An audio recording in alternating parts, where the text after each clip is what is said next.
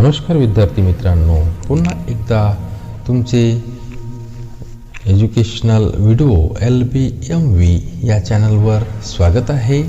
कसे आहात आपण सगळे? बरे आहात ना? आजच्या व्हिडिओमध्ये आपण ॲन एपिटमी ऑफ करेज ही जी स्टोरी आहे, ती स्टोरी एका महान शास्त्रज्ञाविषयी आहे. This is an inspiring story of one of the greatest scientists in the world. एक प्रेरणात्मक कथा आहे एका महान वैज्ञानिकांची या जगातील. In spite of his dreaded disease that made him handicapped, he continued his extraordinary research work with great courage. खूप असे अपंगत्व त्यांच्यामध्ये आले होते भयंकर आजारामुळे. तरीसुद्धा त्यांनी आपले असामान्य कार्य, शोध कार्य महान असं धैर्य ठेवून कसं सुरू ठेवलं ते आपल्याला या एपिटमी ऑफ करेज या लेसनच्या माध्यमातून घ्यायचं आहे. एपिटमी ऑफ करेज म्हणजेच काय? धैर्याचे मूर्तिमंत रूप. धैर्याचे मूर्तिमंत रूप. अगोदर व्हिडिओ सुरू करण्या अगोदर आपल्याला नेहमीप्रमाणे माझी अशी विनंती राहील की जर आपण अजूनही माझ्या चॅनलला सबस्क्राईब केलं नसेल तर कृपया चॅनलला सबस्क्राईब करा, व्हिडिओला नक्की लाईक करा. तर अगोदर चालू करू आपण. We often tend to hide behind our weaknesses, disabilities, handicap, or mourn over them over whole life through. आपण बहुधा अनेकदा आपल्यापैकी बरेचसे लोक काय करत असतात की आपल्या ज्या विकनेसेस आहे, दुबळेपणा आहे, डिसॅबिलिटीज आहे, अपंगत्व आहे, कमतरता आहे, हँडिकॅप ज्याला म्हणतो आपण. अपंगत्व, विकनेसेस म्हणजे कमतरता आणि डिसॅबिलिटीज म्हणजे दुबळेपणा, यांना आपण पडद्याच्या आड लपवण्याचा प्रयत्न करतो किंवा आयुष्यभर त्यांचा विचार करून कुळत बसतो. कुळत बसतो म्हणजेच काय? त्यांना आपण म्हणजे लपवण्याचा प्रयत्न करत असतो. तर इथं doctor Stephen Hawkings, one of the greatest scientist of this century, या शतकातील एक महान वैज्ञानिकापैकी एक doctor Stephen Hawking did not do so. यांनी असं केलं काय? नाही. In spite of suffering from very rare and dreaded disease, Dr. Hawkins continued his research undaunted. Doctor Stephen हॉकिंगने त्यांच्या दुबळेपणावर मात कशी केली हे आपल्याला बघायचं आहे. त्यांनी तसं केलं नाही, चुकळत बसले नाही किंवा शोक करत बसले नाही, तर एका अतिदुर्मिळ व भयंकर असाध्य अशा आजाराला तोंड देत त्यांनी काय केलं? आपले संशोधनाचे कार्य अविरतपणे सुरू ठेवले. Doctor Stephen Hawkings continued his research undaunted. His exemplary courage should inspire us to do our best even under trying circumstances. आणि त्यांच्या या अतुलनीय धैर्यातून आपण कसोटीच्या प्रसंगालाही किंवा जे परीक्षेचा प्रसंग असतो, कठीण प्रसंग असतो, त्या प्रसंगालाही कसे उत्तम प्रकारे सामोरे जायचे याची प्रेरणा आपण या पाठातून, या स्टोरीतून घ्यायला पाहिजे.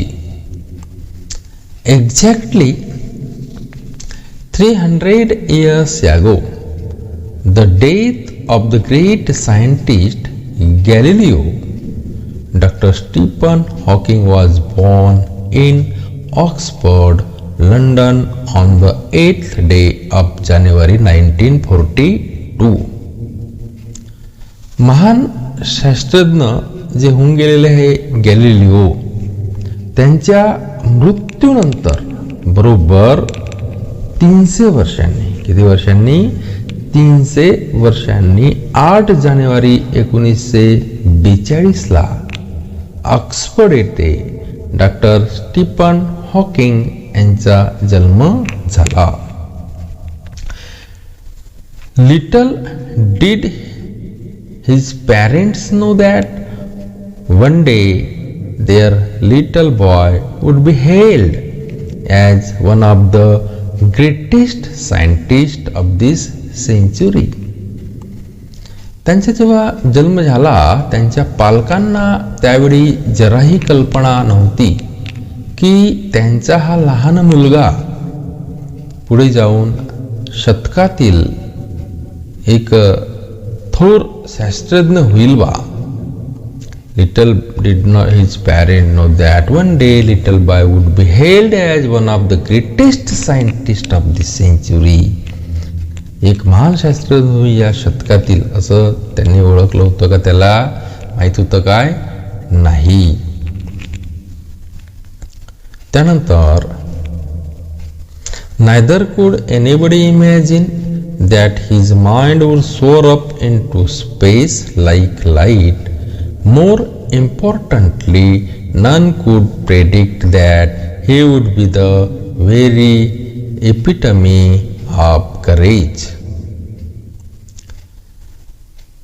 त्यांच्या बुद्धीच्या तेजाचे आसवंत उजळून जाणार आहेत आणि त्याहूनही महत्त्वाचे म्हणजे तो धैर्याचा महामेरू म्हणून नावाजला जाणार आहे, याचा कुणालाही अंदाज होता काय? कुणालाही अंदाज नव्हता. Courage is wonderful thing. It is that quality which makes people not lose heart when faced with great calamity. पहा, धैर्य ही एक विलक्षण चीज आहे, वंडरफुल थिंग्स आहे.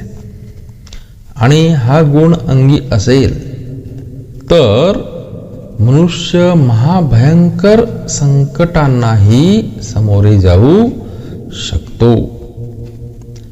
It would not be an exaggeration to say that Dr. Stephen Hawking, a living legend of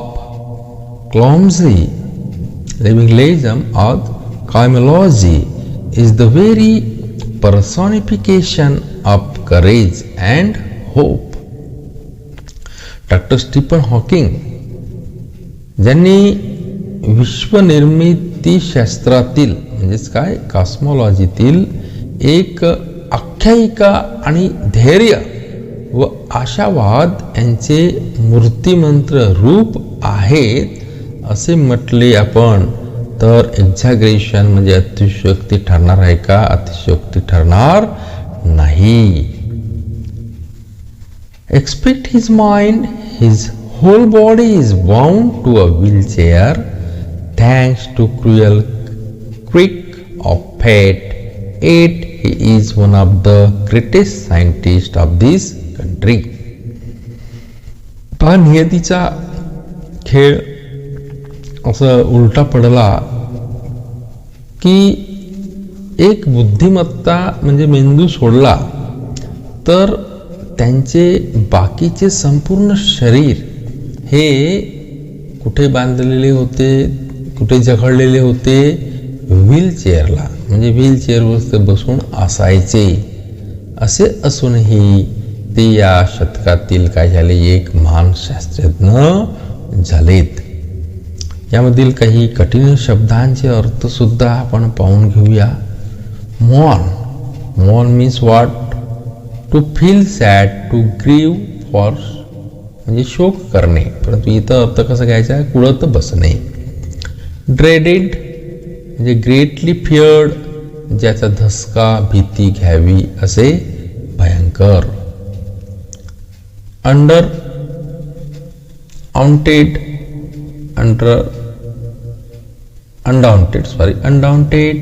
means काय, धैर्य न खचलेला, अविचलित.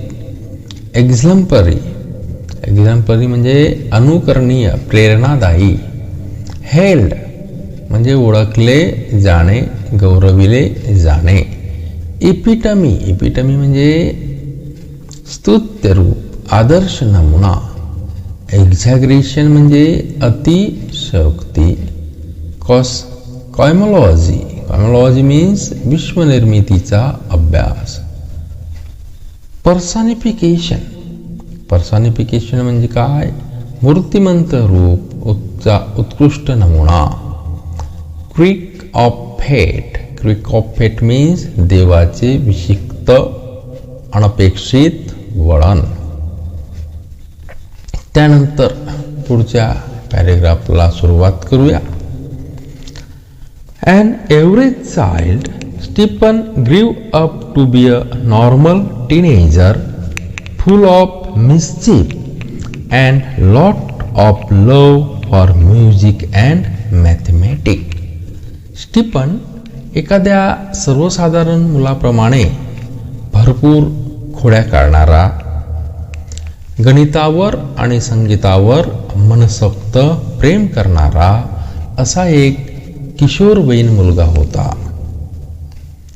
Even though his father wanted him to study medicine, he was bent on studying mathematics.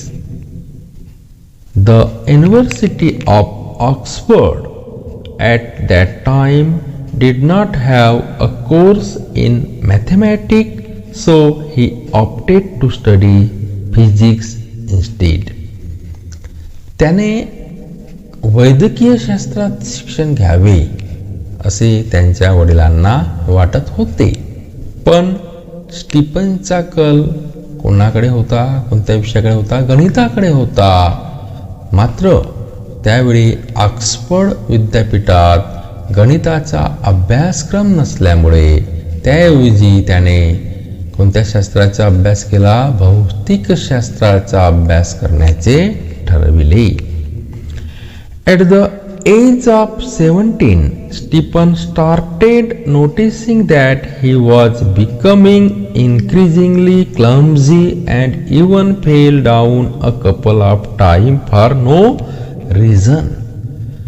वयाचे फक्त 17 वर्षाचे असताना Stephen यांना आपल्या हालचालीत जडत्व, क्लमझीनेस, अवेकवर्डनेस, क्लमझी म्हणजे काय, जडत्व, बोजडपणा जाणवू लागला. कशामध्ये, आपल्या हालचालीमध्ये. आणि 1-2 वेळा ते काही कारण नसताना तोल जाऊन खाली पडले. तोल जाऊन खाली ते काय झाले, पडले फॉर नो रिझन. आणि त्यामुळे नंतर काय झालं, धिस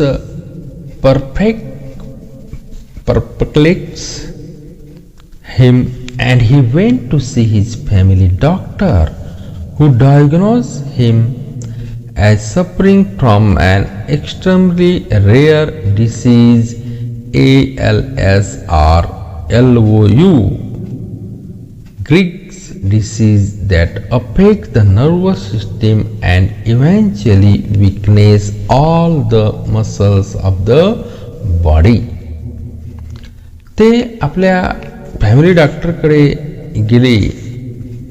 कशाकरता, तपासण्याकरता, निदान करण्याकरता.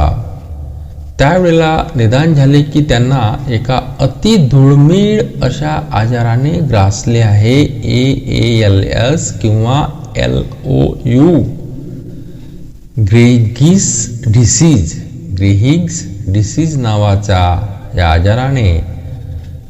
आजाराने त्यांना ग्रासलेले आहे. या आजारामध्ये काय होत असते पहा, मज्जा संस्थेवर परिणाम होतो आणि अखेरीस शरीरातील सर्व स्नायू काय होत असतात, कमकुवत, शिथिल होत असतात. Stephen say that even as a child, his muscles coordination was nothing to write home about. Stephen आपल्या लहानपणी त्याच्या स्नायूचा जो समन्वय होता काही फारसा चांगला होता का नाही. स्टीफन असं म्हणायचं की माझ्या लहानपणी माझ्या स्नायूचा समन्वय काही चांगला नव्हता. He recollects that his handwriting would send his teacher into a fit of frenzy, nor was he inclined towards sports. Nevertheless, this disease come as a bolt from the blue. त्याच्या हस्ताक्षरामुळे त्याचे शिक्षक सुद्धा काय होते त्रस्त व्हायचे अशी आठवण आपल्याला स्टीफन करून देतात. तसेच त्यांना खेळामध्ये रुची नव्हती आणि असे असले तरी ही आजाराची बातमी त्यांना हादरवून टाकणारी होती. The bolt from the blue म्हणजे a sudden unexpected shock. This should be the unexpected shock surprising things for the Stephen Hawkings. यामध्ये fit or frenzy, great annoyance or rage म्हणजे खूप राग येणे. त्यानंतर आणखी एक शब्द आलेला आहे क्लमझी म्हणजे जडत्व. त्यानंतर आणखी एक कठीण शब्द पाहून घ्या, तो आहे परप्लेक्स. परप्लेक्स मीन्स व्हॉट, गोंधळलेला. त्यानंतर बोल्ट फ्रॉम द ब्ल्यू म्हणजे हादरवून टाकणारी घटना. या प्रकारे विद्यार्थी मित्रांनो आजच्या व्हिडिओमध्ये आपण इथं थांबूया. यानंतरचा भाग, यानंतरचा जो पुढची पॅरेग्राफ आहे ते आपण नेक्स्ट व्हिडिओमध्ये बघूया. तोपर्यंत धन्यवाद.